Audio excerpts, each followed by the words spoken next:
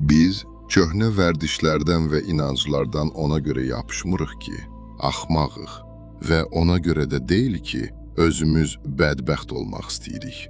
Həmin anda biz sadəcə qorxmuş oluruq.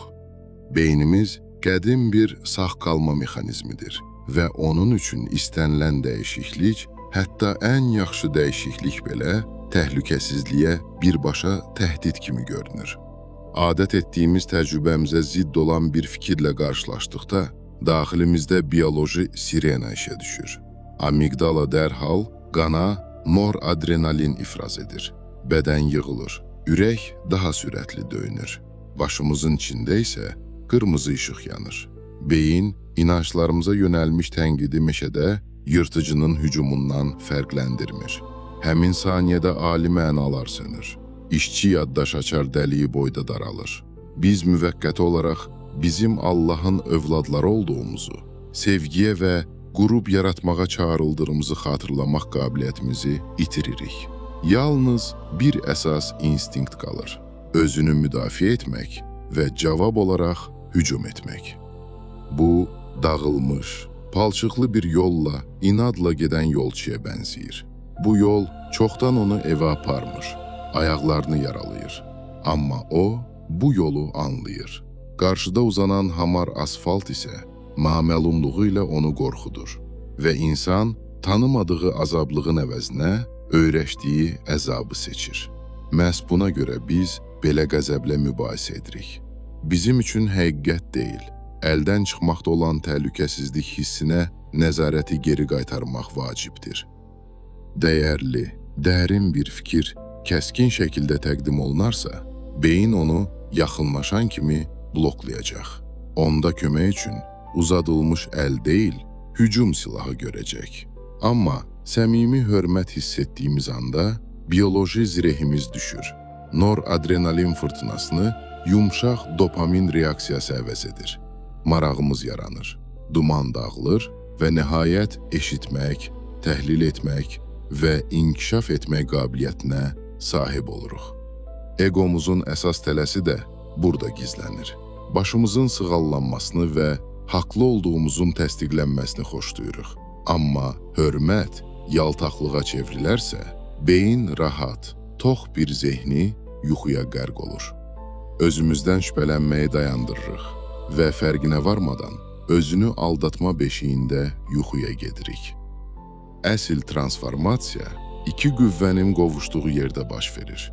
Bu, ətrafımızdakı insanların istiliyini və hörmətini qəbul etmək, eyni zamanda özümüzə qarşı son dərəcə, bəzən amansız dərəcədə dürüst qalmaq bacarığıdır. Bu, vaxtında dayanmaq və özümüzə bir sadə sual vermək cəsarətidir. Bəs mən səhv edirəmsə, başımızın daxilində hər saniyə görünməz bir müharibə gedir. Dini mətnlər bunu ruhla cismin mübarizəsi adlandırır. İslamda ağlın aşağı istəklərlə, nəfislə qarşı durmasından danışılır. Buddistlər bunu meymun ağlının xaotik sıçrayışları kimi təsvir edirlər. Müasir elm isə beyni emosional limbik sistemə və düşünən prefrontal korteksə ayırır. Terminlər və obrazlar hamıda fərqlidir, amma mahiyyət birdir. Daxilimizdə daim əks istiqamətlərə yönəlmiş iki meyl toqquşur. Onlardan biri bizim qədim, ehtiraslı təbiətimizdir. O, qorxuya dərhal reaksiya verir, təhlükəsizlik və rahatlıq axtarır və ilk impulsa asanlıqla tabi olur. Digəri isə dayanmağı, nəticələri ayıq şəkildə qiymətləndirməyi və yetkin seçim etməyi bacaran saf şuurumuzdur. 2000 il əvvəl həvari Pavel, ağlın emosiyalar qarşısındakı bu gücsüzlüyünü dəqiq təsvir etmişdi. İstədiyim yaxşılığı etmirəm, istəmədiyim şəri isə edirəm. Bu, sadəcə qədim kitabdan bir sitat deyil, real həyatda necə büdrədiyimizin dəqiq mexanizmidir. İnsan səmimi şəkildə mərhəmətə, dürüstlüyə və ya sevgiyə can ata bilər. Amma real həyat sınağının bir anında daxilində dərhal dərin qorxunun və ya egoizmin dalğası yüksəlir. Yaxşı ilə şəri ayırt edə bilən ağıl isə həmin anda sanki səsini itirir. Ağıl özünü gözəl nəzəriyyələrin və bəhanələrin arxasında gizlətməyə çalışır. Yalnız ki, narahatlıqdan qaçsın və ya özünün xəyali rahatlığını qorusun. Beləliklə, ağrılı daxili diyaloq başlayır. Bütün dünya ənənələrindəki bütün mənəvi işlər, istər xristian duası, istər İslam intizamı, istərsə də Buddist meditasiyası olsun, eyni məqsədə yönəlib. Bu, reallıqdan qaçmaq üçün deyil, güclü emosional impulsun baş verdiyi anda daxili əyləci basmağa vaxt tapmaq üçündür. Öz qorxunu və ya egoizmini olduğu kimi çılpaq şəkildə görmək, onu etiraf etmək və daxili sükut nöqtəsindən şüurlu şəkildə seçim etmək qabiliyyətini özünə qaytarmaqdır. Nə vaxtsa mən xristian təbliğçisi olmuşam və sözün əsl mənasında əlimdə Bibliya ilə ev-ev gəzmişəm. Sonralar xristianlığı tərk etdim. Mənəviyyat haqqında kitablar oxumağa, müasir şüurluluq müəllimlərini dinləməyə, şərq ənənələrini öyrənməyə başladım. Amma hər yerdə eyni şey baş verirdi. Kitab oxuyarkən, mühazirə dinləyərkən və ya dini toplantıda olarkən mənə elə gəlirdi ki, həqiqətən dəyişir və inkişaf edirəm. Lakin bu informasiya axını dayanan kimi hər şey dərhal əvvəlki yerinə qayıdırdı. Düşüncələrim, sözlərim və gündəlik hərəkətlərim yenidən əvvəlki kimi olurdu. İçimdəki köhnə insan tezliklə hakimiyyəti geri alırdı. Başqalarının bilikləri, onları eşidib, onlarla razılaşdığım üçün mənim biliklərimə çevrilmirdi. Şübhəsiz onlar bizə müvəqqəti emosional yüksəliş verə bilər. Amma bizim öz şüurlu iştirakımız olmadan xarakterin strukturunu dəyişməyə qadir deyillər. Bu, illərlə inandığım əsas illüziya idi. İnsan bütün həyatı boyu dini toplantılara gedə, mənəvi kitablar oxuya, mühazirələrə baxa və səmimi şəkildə özünü dərin iman sahibi hesab edə bilər. Amma bütün bunlara baxmayaraq, əvvəlki kimi qala bilər. Çünki özünü dəyişdirmək üçün daxili işi dini görüş yerinin, təbliğçinin, müəllimin və ya ağıllı bir kitabın üzərinə qoymaq mümkün deyil. Çünki dəyişiklik yalnız nəzəri bilik, şəxsi, çox vaxt ağrılı təcrübəyə çevrildiyi yerdə başlayır. Psixamız sadəcə belə işləyir. İnsan müqəddəs mətnləri əzbər bilə, illərlə sevgi, bağışlama və Allah haqqında danışa bilər. Amma ilk real həyat sınağında, öz rahatlığı ilə dürüstlüyü arasında seçim etmək lazım gələndə, yenidən qorxuya, qəzəbə və ya qürura tabi ola bilər. Buna görə, getdikcə daha çox əmin oluram ki, Allaha bizim dini qaydaları mexaniki şəkildə yerinə yetirməyimiz və əzbərlənmiş statlarımız lazım deyil. Ona bizim daxili yetkinləşməyimiz lazımdır. Bu yetkinləşmə isə hər gün öz egoizmimiz və avtomatik vərdişlərimiz üzərində könüllü işləməkdən ibarətdir. Kitablarda seçim azadlığı gözəl görünür. Həyatda isə hər şey başqadır. Bunun nə olduğunu fəlsəfə vasitəsilə deyil, əzilmiş dizlər, itkilər və ağır qərarlar vasitəsilə anlamağa başlayırıq. Azadlıq, xaos və qaydaların olmaması deyil. Azadlıq, seçmədiyimiz və içində özümüzü tapdığımız şəraitin daxilində necə davrandığımızdır. Labirintdəki bir qarışqanı təsəvvür edin. Biz də bu qarışqaya bənziyirik. Qorxumuz, dalanlarımız və böhranlarımız divarlardır. Qarışqaya insan sözləri ilə xəritəni izah etməyin heç bir faydası yoxdur. Onun reallığı bir addımdır. Sonra ikinci addım, dönüş və divardır. Bəzən o, yenidən eyni dalana qayıdır. Biz yuxarıdan baxanda onun axmaq olduğunu və heç nə öyrənmədiyini düşünürük. Amma məhz belə, toxunaraq və sınaqdan keçirərək canlı təcrübə yaranır. Qarışqaya vaxt versəniz, çıxışı tapacaq. Labirint yenidən qurulduğu üçün yox, çıxış həmişə orada olub. Sadəcə onu şəxsi təcrübə vasitəsilə özü tapmalı idi. İnsanların çoxu başqalarının sözlərindən deyil, öz səhvlərindən öyrənir. Labirintə yuxarıdan baxan adam bütün xəritəni bütövlükdə görür. O, hər dönüşü bilir. Amma bu bilik qarışqanı marionetə çevirmiş. Kiçik canlı növbəti hər addımı özü atır. Yuxarıdan gələn göstərişlər olmadan. Həyatımız da belə qurulub. Biz heç vaxt mənzərəni bütövlükdə görmürük. Onu yalnız yaradan görür. Buna görə zəmanətsiz, kör-körana irəliləmək məcburiyyətindəyik.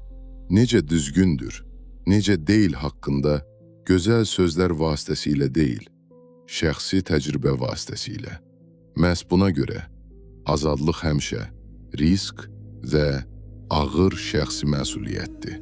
Beynimiz təbiətən boşluğa və qeyri-müəyyənliyə dözmür. Faktlar çatışmadıqda o dərhal illüziyanı tamamlayır. Onun üçün hər hansı, hətta ən absurd izahdan yapışmaq həyati əhəmiyyət daşıyır. Tə ki, mən bilmirəm deməyə məcbur olmasın.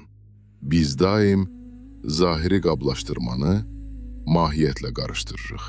Piaget'ə aid stəkanlarla bağlı uşaqlıq təcrübəsini xatırlayırsınız? Suyun miqdarı tam olaraq eyni qaldı. Yalnız qabın forması dəyişdi. Amma beyin inadla deyir ki, həcm dəyişib. Baxışımız da bizi eyni şəkildə aldadı. Həyatla da eyni şey baş verir. Biz reallığın kiçicik bir parçasını götürüb, onun bütün dünya olduğuna əmin oluruq. Seçim azadlığı heç vaxt mütləq bilik şəraitində baş vermir. Bu, labirintin xəritəsini görmədən atdığın qaranlığa doğru atılan bir addımdır. Allah həyatımızda daim mövcuddur. Məsələ ondadır ki, biz onun varlığını görmək istəyirik ya yox. İnanıram ki, o özünü yalnız möcüzə adlandırılan hadisələr vasitəsilə deyil, çox vaxt diqqət yetirmədiyimiz ən adi anlar vasitəsilə də açır. Problem, Allahın varlığının olmamasında deyil, bizim baxış tərzimizdədir. Biz qeyri-adi bir şey gözləyirik və buna görə də elə indi baş verənlərin yanından asanlıqla keçib gedirik. Əgər mütləq, yalnız bir forma ilə bağlı olsaydı, insan asanlıqla qərara gələrdi ki, məhz həmin forma yeganə həqiqətdir. Tarix göstərir ki, bəşər tarixində belə hallar dəfələrlə baş verib. O zaman Allah haqqında bizim öyrəşdiyimiz anlayışla uyğun gəlməyən hər şey yalan və şeytandan gələn bir şey kimi görünməyə başlayır.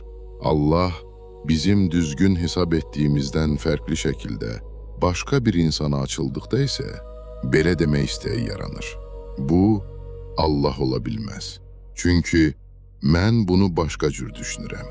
Amma bu, kiminsə həqiqəti dərk etməsi səbəbindən baş vermir.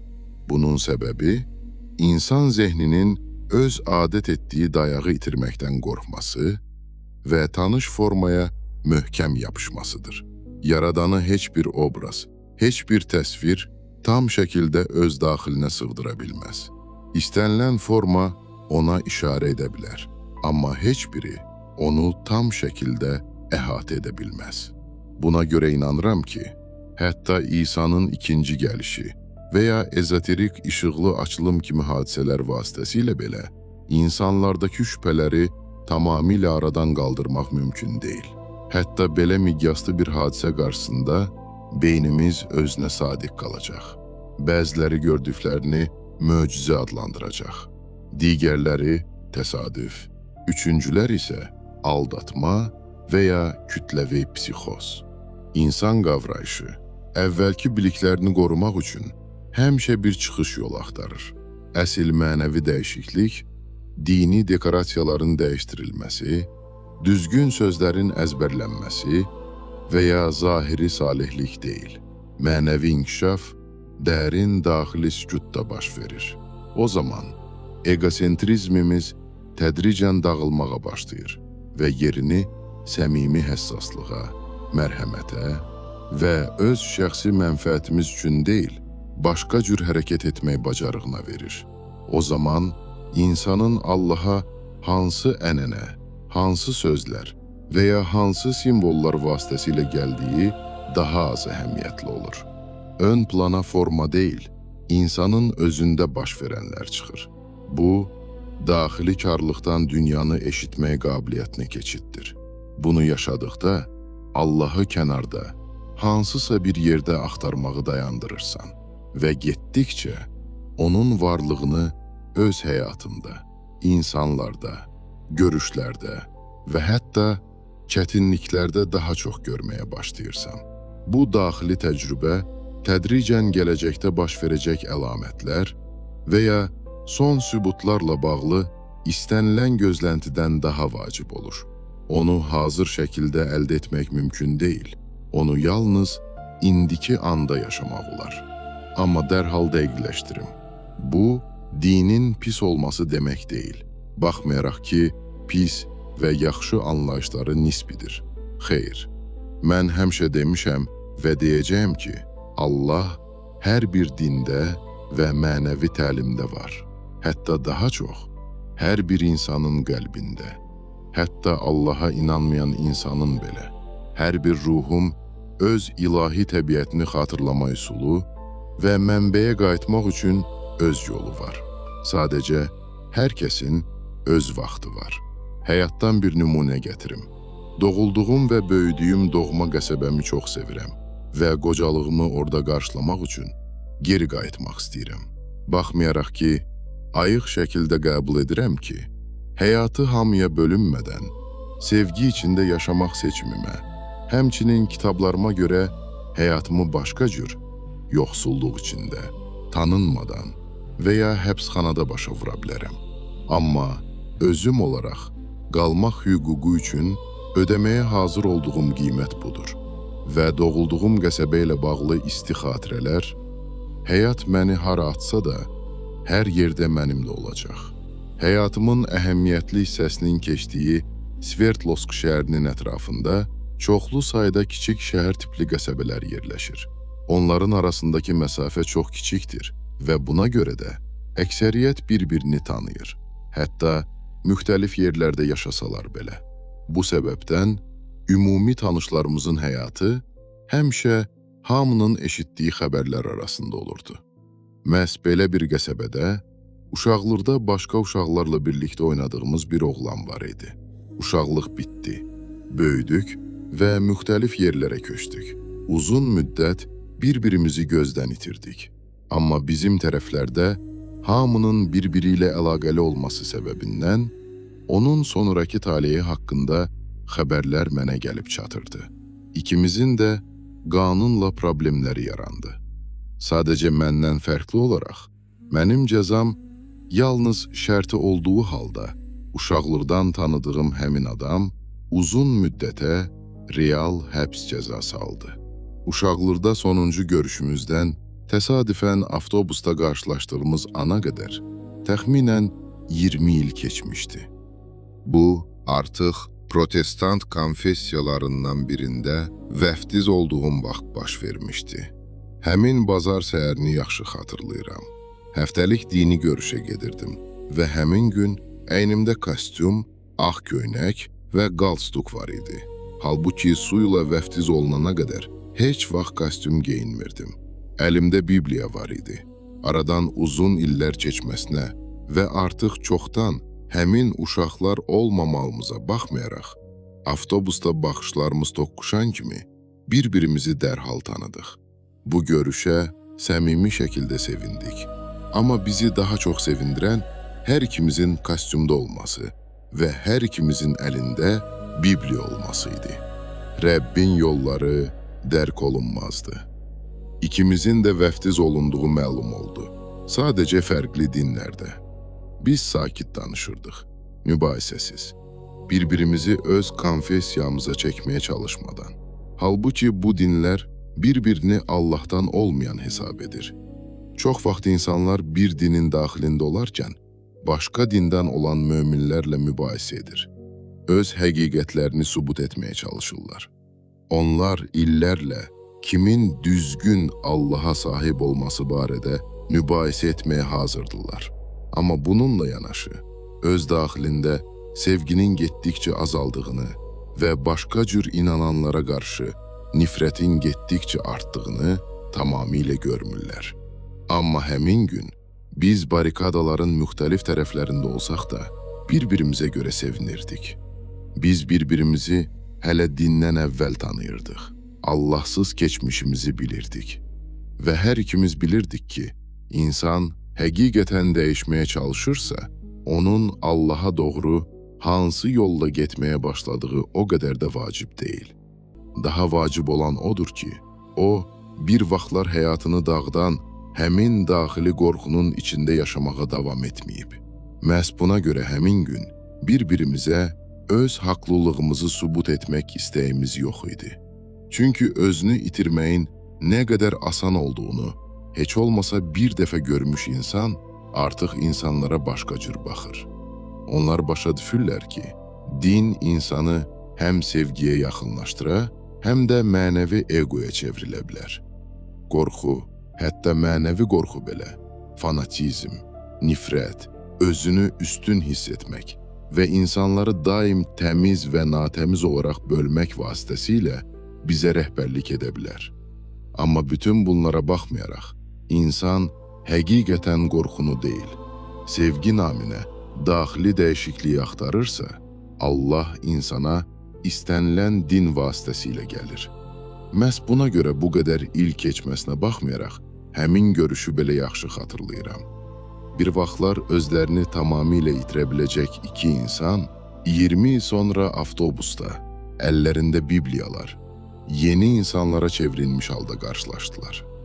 Biz həyatın bizi yenidən əvvəlki həyata, qorxu həyatına qaytarmamasına səmimi şəkildə sevinirdik. Biz müxtəlif dayanacaqlarda düşdük və müxtəlif istiqamətlərə getdik. Amma həmin hadisə bu ana qədər mənimlə qaldı. Allah hər bir dində və hər bir təlimdə var. Başqa məsələ isə bizim onu sevgidə görməyə hazır olub olmadığımızdır. Yoxsa hələ də onu qorxu vasitəsilə axtarmaqda davam edirik. Yaradılış kitabı 11-ci fəsil 1-9-cu ayələr. Bütün yer üzündə bir dil və bir ləhcə var idi. Şərqdən hərəkət edərək Şinnar torpağında bir düzənlik tapdılar və orada məskunlaşdılar. Bir-birlərinə dedilər, gəlin kərpiç düzəldək və onları odda bişirək.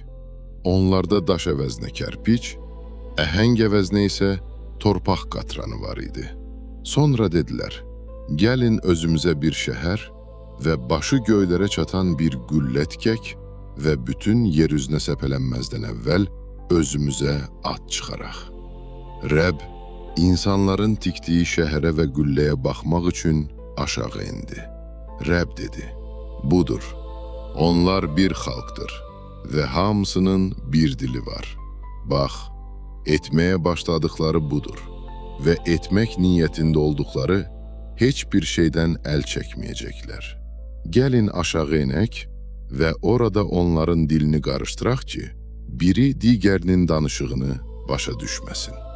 Beləcə Rəbb onları oradan bütün yer üzünə səpələdi və onlar şəhəri tikməyi dayandırdılar. Buna görə də şəhərin adı Babil qoyuldu. Çünki orada Rəbb bütün yer üzünün dilini qarışdırdı və onları oradan bütün yer üzünə səpələdi. İnsanların çoxu Babil qülləsi haqqında hekayənin, insanın qürur və təkəbbürünə görə cəzalandırılması barədə hərfi bir hekayə olduğuna inanır. Amma mən inanıram ki, hər şey başqa cür olub. Əlbəttə, 1000 illər əvvəl hər şeyin məhz necə baş verdiyini elmi və ya tarixi baxımdan sübut etmək mümkün deyil.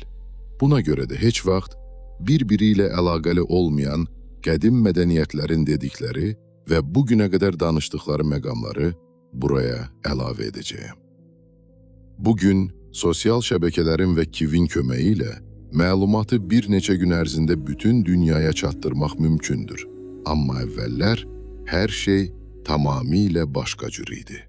Bir çox xalqlar və mədəniyyətlər uzun müddət bir-birlərinin mövcudluğundan xəbərsiz olublar. Amma buna baxmayaraq, onlar eyni şeydən danışırdılar. Sadəcə bunu müxtəlif dillərdə ifadə edirdilər. Dünyanın başlanğıcında insan özünü vahid canlı şuurun bir hissəsi kimi hiss edirdi.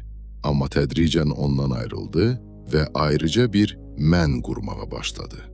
Qədim Yunan təlimlərində bunu çoxsaylı, ayrı-ayrı şuurlara bölünmüş vahid ruhun parçalanması kimi təsvir edirdilər. Misir ənənələrində deyilirdi ki, şuur maddi dünyaya həddindən artıq dərin daxil olduqda yuxuya gedir və saxta şəxsiyyət vasitəsilə yaşamağa başlayır. Hind fəlsəfəsində bunu egonun doğulması adlandırırdılar. Mən və mən olmayan arasında ayrılığın yarandığı an. Qədim Hind xalqlarında da buna bənzər bir süjetə rast gəlinir. İnsanlar vaxtilə bir-birlərini birbaşa anlayırdılar. Lakin hakimiyyət hərisliyi və egoizm yarandıqdan sonra bu əlaqə yox oldu. Babil haqqında hekayə bizim vahid şuurdan necə ayrıldığımızı göstərir.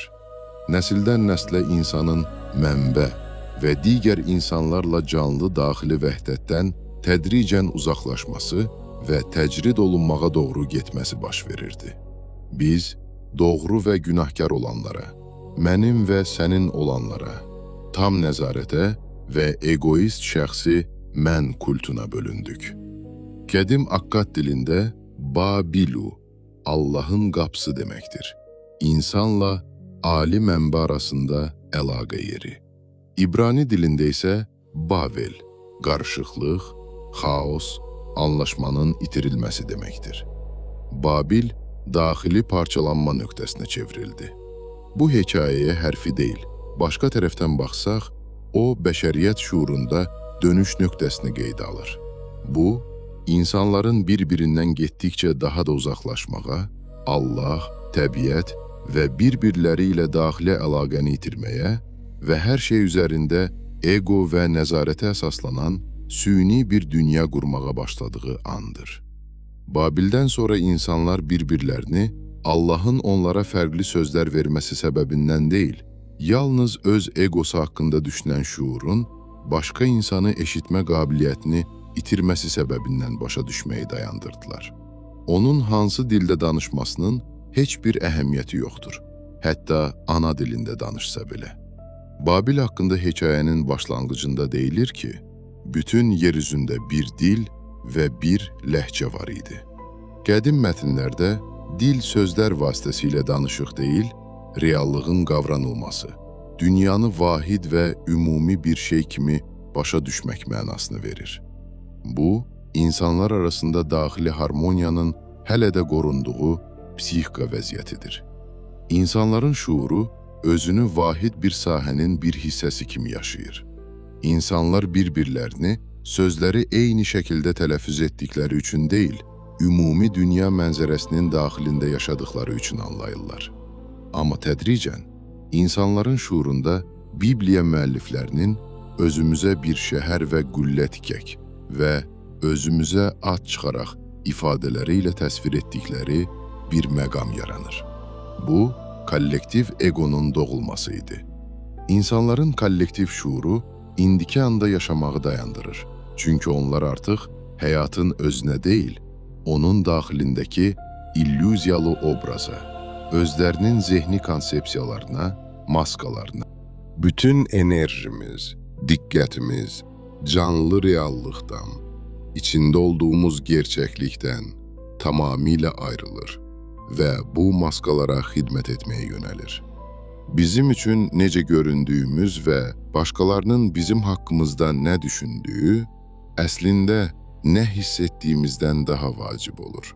Hətta spontan sevinç belə, üzdə təzahür etməzdən əvvəl, zehnin daxili qiymətləndirməsindən keçir. Bu, kifayət qədər düzgündürmü? Başqalarının gözündə kifayət qədər gözəldirmi? İnsan bu süni rolları üzərində saxlamağa nə qədər çox çalışırsa, həyatın canlı axınından bir o qədər uzaqlaşır. Çünki indiki anı prinsip etibarilə idarə etmək mümkün deyil. onu yalnız yaşamaq olar. Min illərdir inanırdıq ki, ətrafımızdakı dünya məhz onu gördüyümüz kimidir. Ağaclar, quşlar, yaxınlarımızın simaları, bizdə obyektiv reallıqla birbaşa təmasda olduğumuza dair möhkəm illüziya yaranır. Amma bu belə deyil. Bütün həyatımız boyu biz dünyanın özünə deyil, şuurumuzun daxilində diqqətlə formalaşdırılmış onun canlı surətinə baxırıq. Zehnimiz birbaşa günəş işığının heç vaxt daxil olmadığı, təcrid olunmuş bir otaq kimidir. Oraya yalnız sinir lifləri boyunca ötürülən impulslar çatır. Beyin bu incə material əsasında ətraflı bir obraz qurur. Fiziki dünya birdir, amma bizim şəxsi kainatlarımız milyardlarla saydadır. Sadə bir nümunə götürək. Tarladakı traktor. Elə görünür ki, siz sadəcə başınızı çevirib dəmir maşın gördünüz. Əslində isə işıq dalğası metaldan əks olunaraq göz almasının dərinliyinə daxil olur və elektrik koduna çevrilir. Beyin dərhal yaddaş arxivlərini işə salır. Fermer üçün bu traktor çörək gətirən vasitədir. Şəhər sakini üçün isə bezdirici səs-küydür. Onların heç biri obyekti olduğu kimi görmür. Yalnız ona münasibətini görür. Hər birimiz gözlərimizin qarşısında uşaqlıq incikliklərindən, valideyn qadağalarından və keçmiş məyusluqlardan toxunmuş, görünməz filtrlər daşıyırıq. Zehin qabaqlayıcı şəkildə işləyir və dərhal bizə hazır izah təqdim edir. İnsan bu düşüncə axınını müşahidə etmək qabiliyyətini itirdikdə tələ bağlanır. Uydurulmuş mənzərə onun üçün yeganə mütləq həqiqətə çevrilir. Məhz burada bütün insan dramlarının kökü gizlənir. İnsanlar mübahisə edir və müharibələrə başlayırlar. Amma heç kim, heç vaxt reallığı müdafiə etmir. Hər kəs yalnız öz şəxsi illüziyasını müdafiə edir. Bəs zehnin filtrlərini aradan qaldırsaq, bu illüziyanın arxasında nə qalır? Orada bizim möhkəm və dəyişməz hesab etməyə alışdığımız şey açılır. Əslində isə onun kövrək ilahi möcüzə olduğu ortaya çıxır. Bu, öz ruhumuzun gücü ilə Allahla birlikdə hər saniyə yaratdığımız birgə yaradıcılıqdır. Həyatın özü də Allahdır. Bu, eyni zamanda hər birimizin daxilində pulsasiya edən və ətrafımızdakı bütün məkanı dolduran saf, şuurlu enerjidir. Yer kürəmiz kosmosun sonsuz genişlikləri arasında kiçik bir qum dənəsini xatırladır. Amma hər bir insanın daxilində başqa bir kosmos, düşüncələrdən, hisslərdən, xatirələrdən və obrazlardan ibarət daxili aləm mövcuddur. Şuurumuz sadə informasiya qəbul edicisi kimi işləmir. O, hazır görüntünü qəbul edib sadəcə bizə göstərmir. Bunun əvəzinə o, fasiləsiz olaraq reallığın daxili modelini yaradır və biz həyata məhz bu model vasitəsilə baxırıq. Hər saniyə ya köhnə təsəvvürlərimizi möhkəmləndiririk, ya da yenilərini yaradırıq.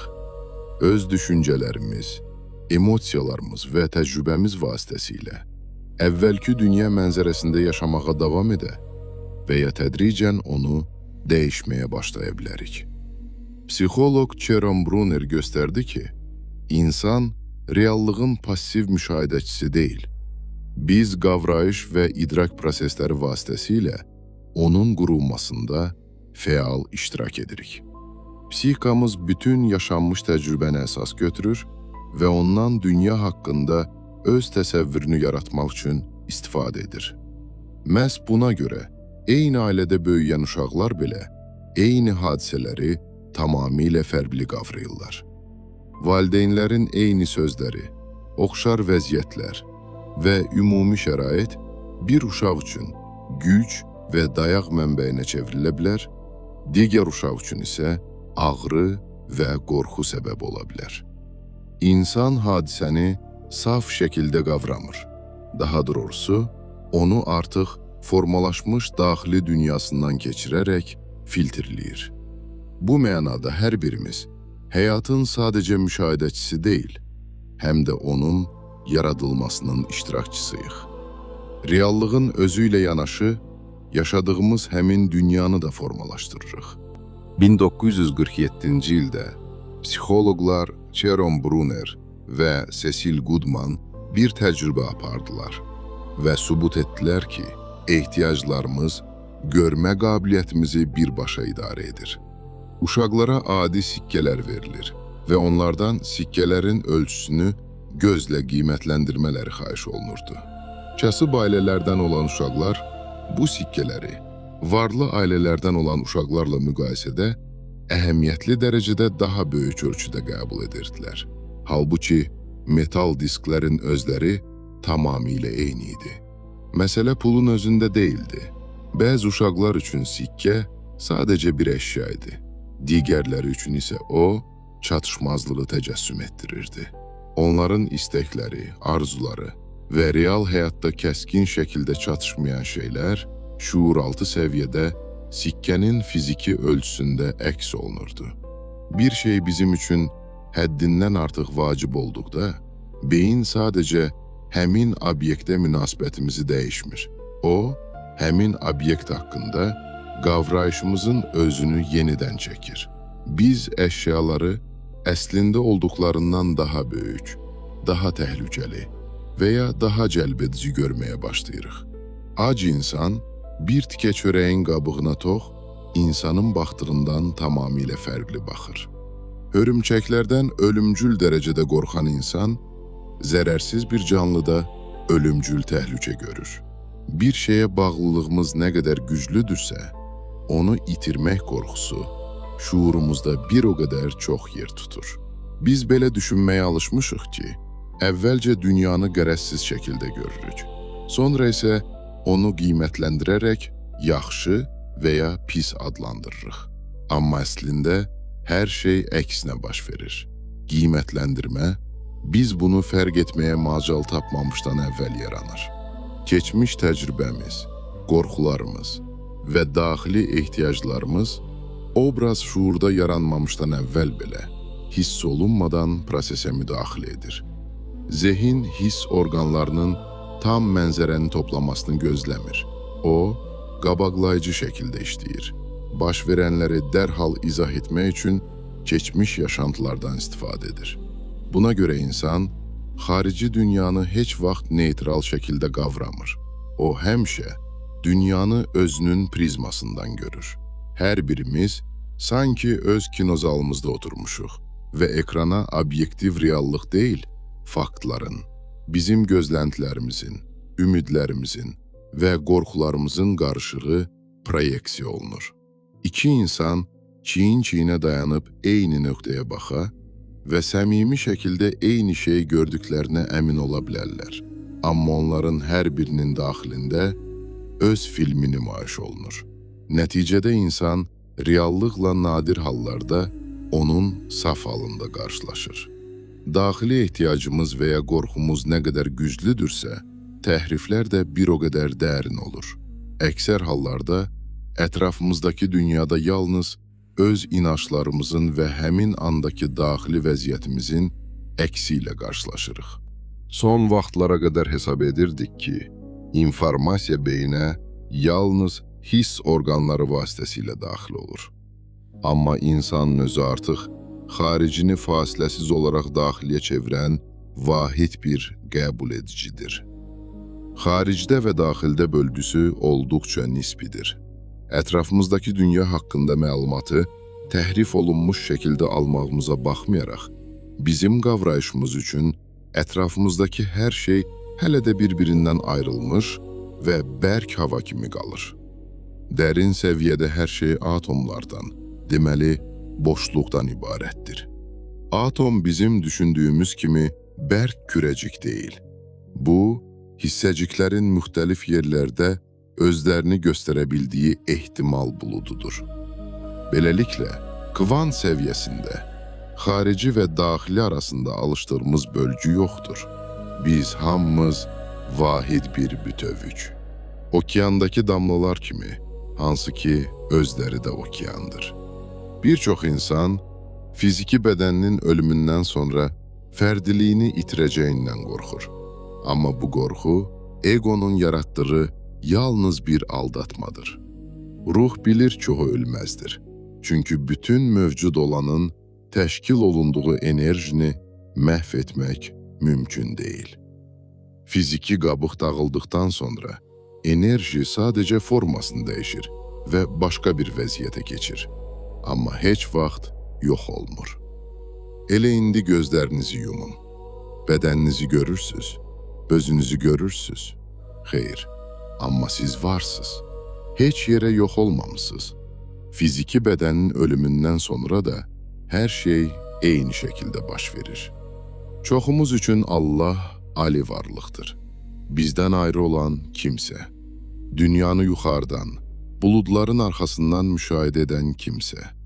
Amma mən inanıram ki, Allah mövcud olan və mövcud olmayan hər şeydir. Görünən və gizli olan, təzahür edən və toxunmağın mümkün olmadığı şey.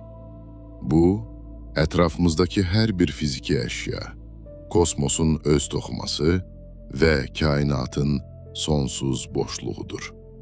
Adi maddə, insanlar, təbiət, planetlər, kainatın yalnız 5%-ni təşkil edir. Amma hətta bu 5%-in daxilində də heç nə bərk deyil. Bədənlərimizin toxunduğu hər bir atom 99,999999% mütləq boşluqdan ibarətdir. Atomun nüvəsi ilə onun ətrafında fırlanan elektronlar arasındakı məsafə gecə səmasındakı ulduzlar arasındakı məsafə ilə mütənasibdir. Bütün bəşəriyyəti, yer üzündəki 8 milyard insanın hər birini götürüb atomlarımızı elə sıxsaq ki, elektronlar nüvələrə sıx şəkildə yapışsın, bərk dünya illüziyası yox olar. İnsanların bütün kütləsi atom nüvəsinin sıxlığına qədər sıxılar. Biz adi rafinat şəkər kubikinin ölçüsündə, hər tərəfi təxminən 1,5 santimetr olan tək bir kubikə çevrilərdik. Onun çəkisi 580 milyon ton olardı. Nəhəng, monumental bir dağın çəkisi, hansı ki rahatlıqla ovucunuza yerləşərdi. Bütün görünən kainat yalnız öz atomlarımızın daxilində yaranan və orada qorunan möhtəşəm bir illüziyadır. Bərk əşyalar illüziyasının arxasında gizlənən bütün bu boşluq elə Allahdır. Vahid şuur, mövcud olan hər şeyi bürüyən və hər atomdan keçən mütləq sevginin şuurlu enerjisi. Bu sevginin olmadığı bir məkanı təsəvvür etmək mümkün deyil. Onu öz daxilində saxlaya biləcək bir sərhəd çəkmək mümkün deyil. Hara baxırıqsa, Allaha baxırıq. Hara gediriksə, Yaradana doğru gedirik. Biz ondan ayrı deyilik. Biz Allahın daxilində Allahın bir hissəsiyik.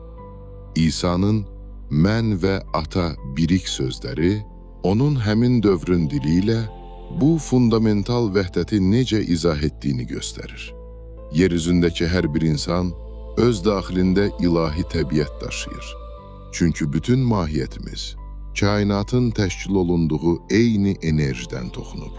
Amma burada egoizm səbəbindən bir çox ruhun büdrədiyi təhlükəli bir sərhəd var.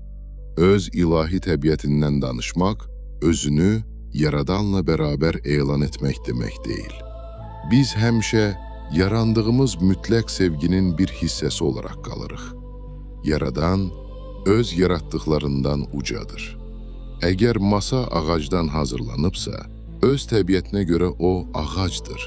Amma bir masa hələ bütün meşə demək deyil. Biz Allahın enerjisindən ibarətik. O bizim təməlimizdir. Biz onunla bağlıyıq, amma bütövün yalnız bir hissəsi olaraq qalırıq. Pişikdən pişik balası doğulur. O da pişikdir. İnsandan insan doğulur. Allah'tan ise onun təbiətini özündə daşıyan övladlar doğulur. Biz onun davamıyıq. Bizdə düşüncələrimiz, seçimlərimiz və əməllərimiz vasitəsilə öz həyatımızı yaratmaq qabiliyyəti qoyulub. Amma valideyn həmişə öz övladından yaşlı və daha müdrikdir. Bədəninizə baxın. Elə indi düşüncənizin gücü ilə əlinizi qaldıra və ya ürək döyüntünüzün tezliyini dəyişə bilərsiniz. Öz orqanizminizin trilyonlarla hüceyləsi üçün siz Allah və bütöv bir kainatı idarə edən varlıqsınız. Onların hərəkətini, inkişafını və həyatını siz müəyyən edirsiniz. Amma sizin kiçik daxili kainatınızın üzərində böyük kainat var və onun mənbəyi Yaradandır. İsa'nın digər sözləri də məhz bu həqiqəti açıqlayır. Məni görən, atanı görüb. Bu, insan başlanğıcının ilahi başlanğıcla tam birləşməsinin manifestidir. Və biz özümüzdə ilahi sevginin nə qədər çox açırıqsa, kainat da bir o qədər genişlənir. Təsəvvür edin ki, su ilə ağzına dək dolu bir gölməçə var. Hər yeni damla yuxarıda qalmır. O, suyun əvvəlki sərhədlərdən kənara çıxmasına səbəb olur və gölməçə getdikcə daha da genişlənir. Kainatımızda da eyni şey baş verir. Bütün ömrünü qorxu içində yaşamış, özünü günahkar hesab etmiş, sonra isə səmimi şəkildə tövbə edib, addım-addım özünün daha yaxşı versiyasına doğru dəyişməyə başlayan insan, belə insan, kainatın genişləndiyi həmin damlaya çevrilə bilər. Amma bu damlalar kənardan gəlmir. Allah'tan ayrı heç bir məkan yoxdur. Mövcud olan hər şey vahid bir bütövdür. Buna görə mütləq sevgi bizə kənardan gələ bilməz. O artıq hər yerdə mövcuddur. Biz onu bu dünyaya gətirmirik. Onu öz daxilimizdə açırıq. O, Allah'ın övladları vasitəsilə təzahür edir. Amma insan özünü sevgi kimi tanımamışdan əvvəlcə özünü sevgisizlik kimi tanıyır. Necə ki, dar olanı bilmədən genişin nə olduğunu, qısanı bilmədən uzunun nə olduğunu, aşağı olanı bilmədən yüksəyin nə olduğunu anlamaq mümkün deyil, eləcə də ondan ayrılığı yaşamadan Allah'ı həqiqətən tanımaq mümkün deyil. Qorxu ilə qarşılaşmadan sevgini dərk etmək mümkün deyil. Buna görə Allah'ın övladlarına çevrilməzdən əvvəl biz öz daxilimizdə şeytanın formasız vəziyyətindən, qorxudan, eqadan və dünyanın dualist qavrayışından keçirik. Və yalnız ayrılığın ağrısını yaşadıktan sonra insan mənbəyə qayıdışın sevincini həqiqətən hiss etməyə başlayır. Milyonlarla insan Allah'a olan inamını itirir, çünki həyatın yalnız təkamül nəticəsində yarandığına və Yaradanın onun meydana gəlməsində iştirak etmədiyinə inanır. Dünya, kiminsə niyyətinin nəticəsi olmaq üçün həddindən artıq real, həddindən artıq özünə yetərli görünür. Amma məhz bunda mütləqin böyük sevgisi gizlənir. Əgər bəşəriyyət Yaradanın mövcudluğunu mübahisəsiz fakt kimi bilsəydi, biz ən vacib şeyi, seçim azadlığını itirərdik.